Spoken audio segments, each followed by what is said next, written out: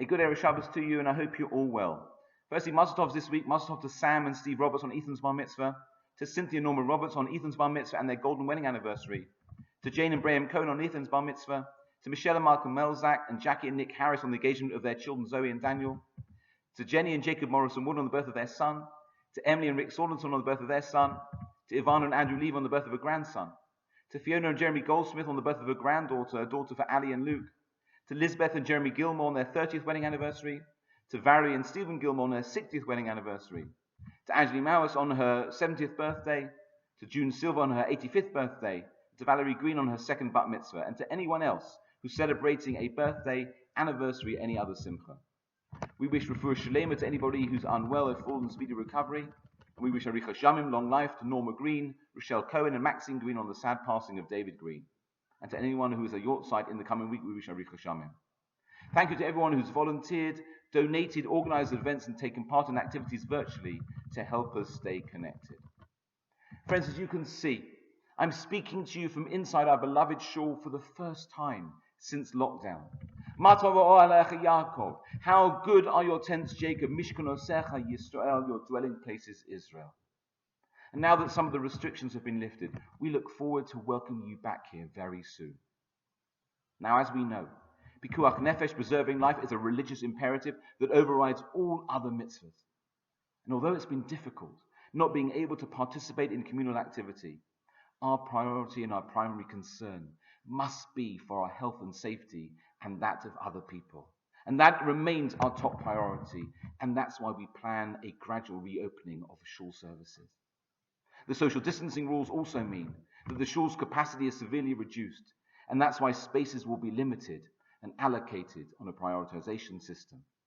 And I urge you all to work with us and to remember that everything we are doing is for the benefit and safety of our community. Now, do you remember what life was like in February? It's hard, isn't it? For some, the last few months have felt like an eternity. For others, time has just flown by.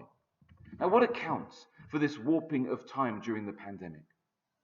Well, a recent article by Philip Gable, a professor of psychology at the University of Delaware, explains that the phrase "time flies when you're having fun" is in fact a real phenomenon. You see, when we're enjoying something, we experience what he terms as approach motivation. Our brains want to make sure that we enjoy it for a long time, and so they speed up our perception of time. On the other hand, when we're having a difficult time, we experience what he terms avoidance motivation.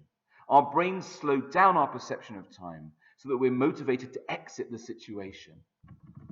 Now, as Dr. Gable started to study this phenomenon during the lockdown, he noticed that there was a very interesting shift.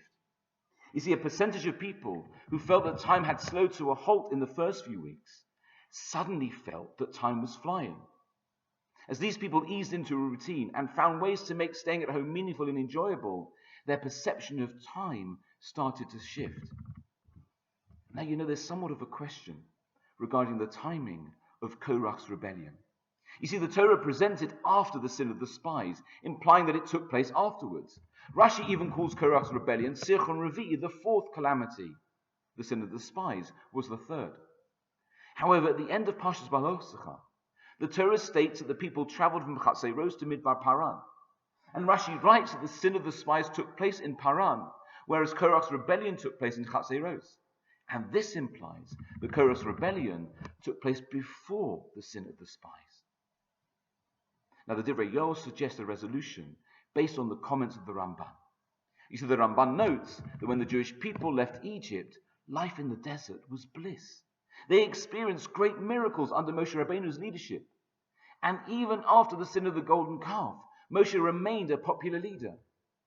See, Korach may have been jealous of him at the time, but there was nothing he could have done about it. But then came a series of calamities, culminating with the sin of the spies.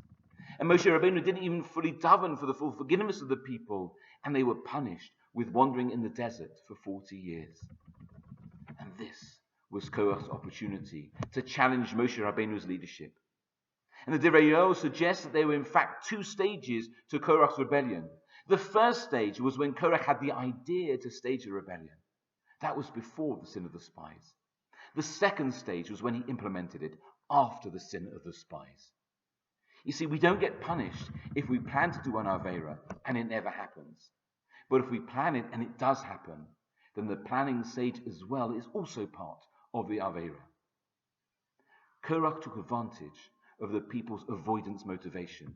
He knew that when people are going through difficult times, they naturally are drawn to exit the situation. But the mistake of Korach's followers is a common mistake. You see, some strategies to exit a bad situation can in fact make the situation worse, not better. And instead of trying to make the best of the situation and turning it into a positive experience, Korach's followers believed that Korach would solve the situation. We too have the opportunity to shape our own experiences. When it feels as if things are dark and time is dragging on, a shift in attitude can change everything. Avoidance motivation doesn't mean we have to do something that will exacerbate the situation. It means that we should find the best way to make the situation better. Good Shabbos.